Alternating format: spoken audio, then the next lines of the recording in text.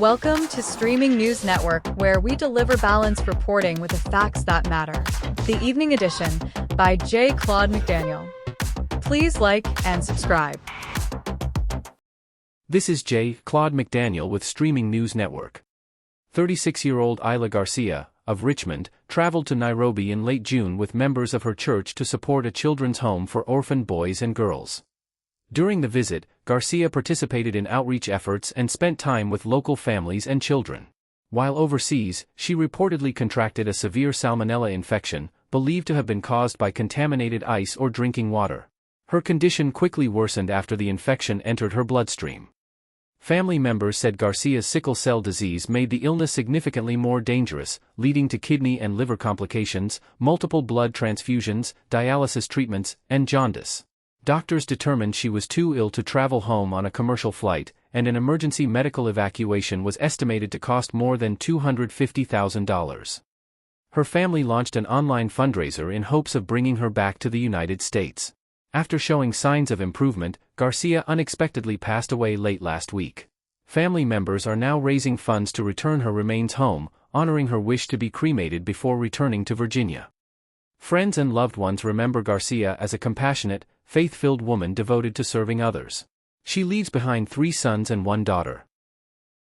This is Claude McDaniel with Streaming News Network.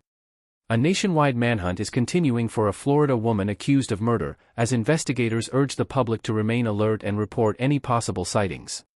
Authorities say 38-year-old Isabelle Johnson has been on the run since June 25, when investigators discovered the remains of 43-year-old Jason Coulthard in a shallow grave on a property in Freeport, Florida.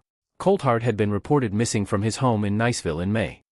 Investigators have released additional identifying features to help locate Johnson, including a large bird tattoo across her back, a floral tattoo on her left hand, 2 cherries on her right ankle, and a large scorpion tattoo on her left thigh. Officials also believe she may have changed her hairstyle or color to disguise her appearance.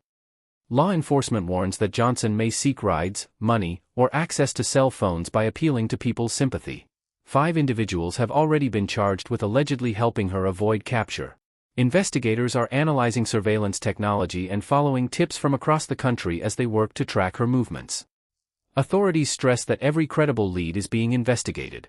A reward of $16,000 is being offered for information leading to Johnson's arrest. This is Claude McDaniel for Streaming News Network. Authorities in Grenada are searching for a 44-year-old North Carolina woman who disappeared while vacationing on the Caribbean island. Elizabeth Waddell, of Cary, North Carolina, was last seen Wednesday near Grand Anse Beach, one of Grenada's most popular tourist destinations. According to police, Waddell had been staying in the Grand Anse area when she reportedly went for a swim and never returned.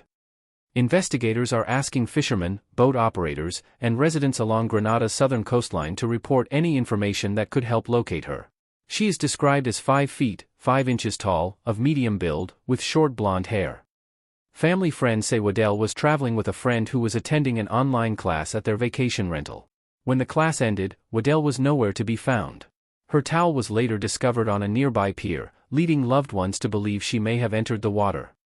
Her husband has traveled to Grenada to assist with the search and has asked for continued prayers and support as rescue efforts continue. Friends describe Waddell as an adventurous traveler who loved hiking, exploring new places, and meeting people from around the world. This is Claude McDaniel for Streaming News Network. Former Indianapolis Colts linebacker Daniel Adongo has been deported from the United States after federal immigration officials said he overstayed his visa and accumulated a criminal record.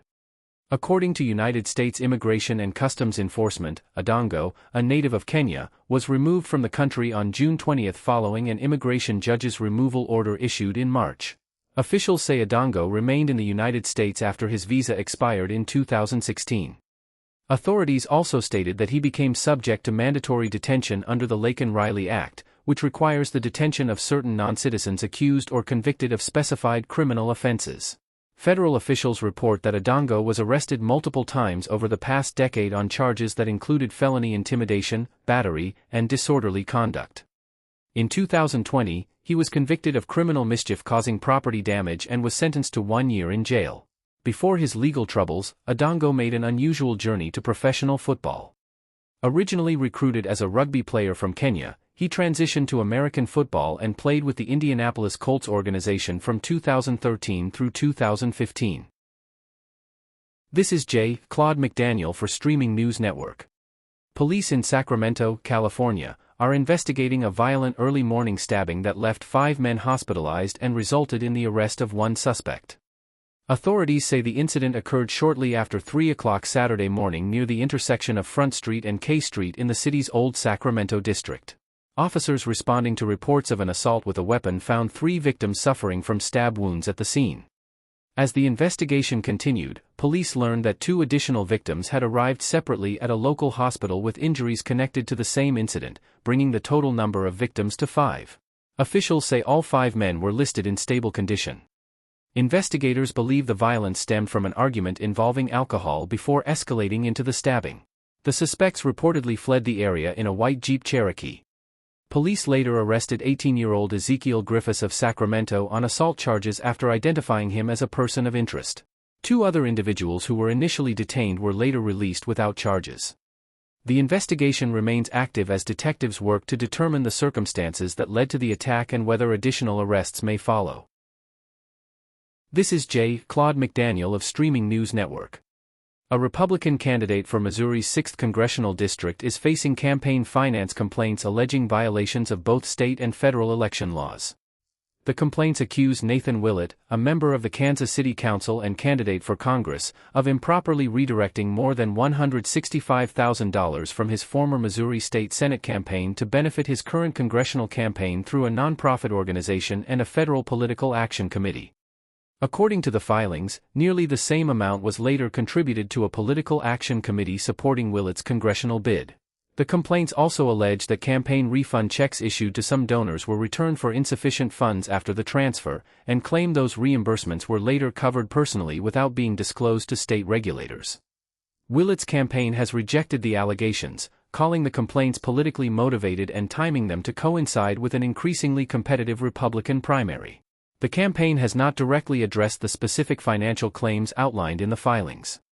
The complaints have been submitted to both state and federal election authorities. No findings of wrongdoing have been made, and the allegations have not been adjudicated. The investigation and review process remain ongoing as Missouri voters prepare for the upcoming primary election. This is Claude McDaniel with Streaming News Network. The fatal shooting of a 12-year-old Bronx boy has intensified the debate over crime and public safety in New York City. Police say Jacob Freitas was struck by gunfire Saturday evening after entering a neighborhood convenience store to buy a ball. Investigators believe the shooting erupted during a dispute involving several individuals outside the store. Jacob, who was preparing to ride his bicycle home, was caught in the gunfire and later died from his injuries. Authorities continue searching for those responsible. In the aftermath of the tragedy, community activist Fernando Mateo, founder of the United Bodega Owners of America, sharply criticized city and state leaders, arguing that greater attention should be focused on preventing violent crime and supporting victims' families. Mateo announced that his organization is offering a $5,000 reward for information leading to the arrest of those responsible. While New York City officials have pointed to long-term declines in shootings and homicides, critics argue that incidents like this demonstrate that many neighborhoods continue to face serious public safety challenges. The investigation remains active, and police are urging anyone with information about the shooting to contact law enforcement. This is Claude McDaniel with Streaming News Network.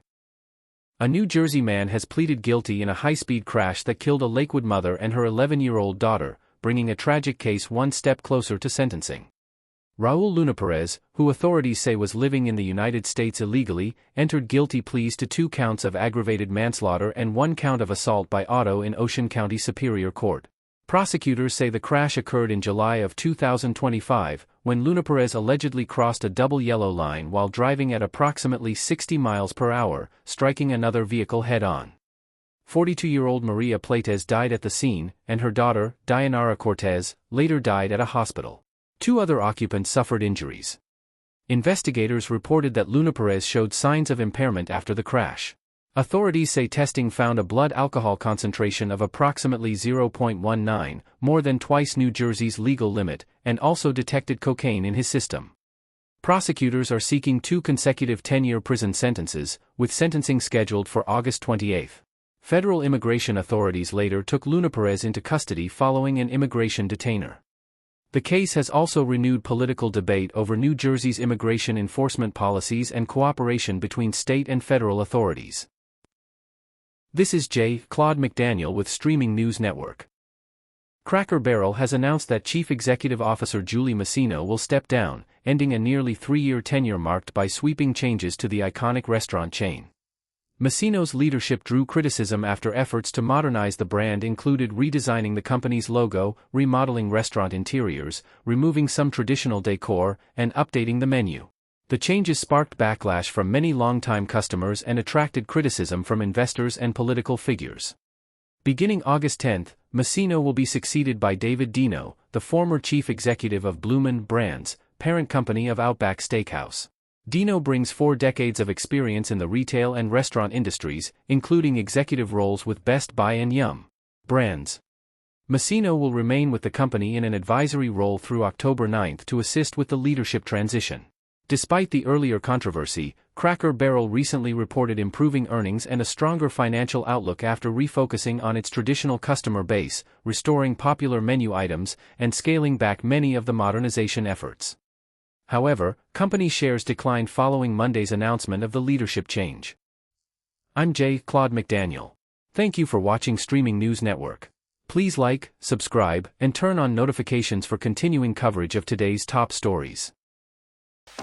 Thank you for viewing Streaming News Network videos, and also short and special reports. Please like, subscribe, and tap the bell to be notified of additional reports.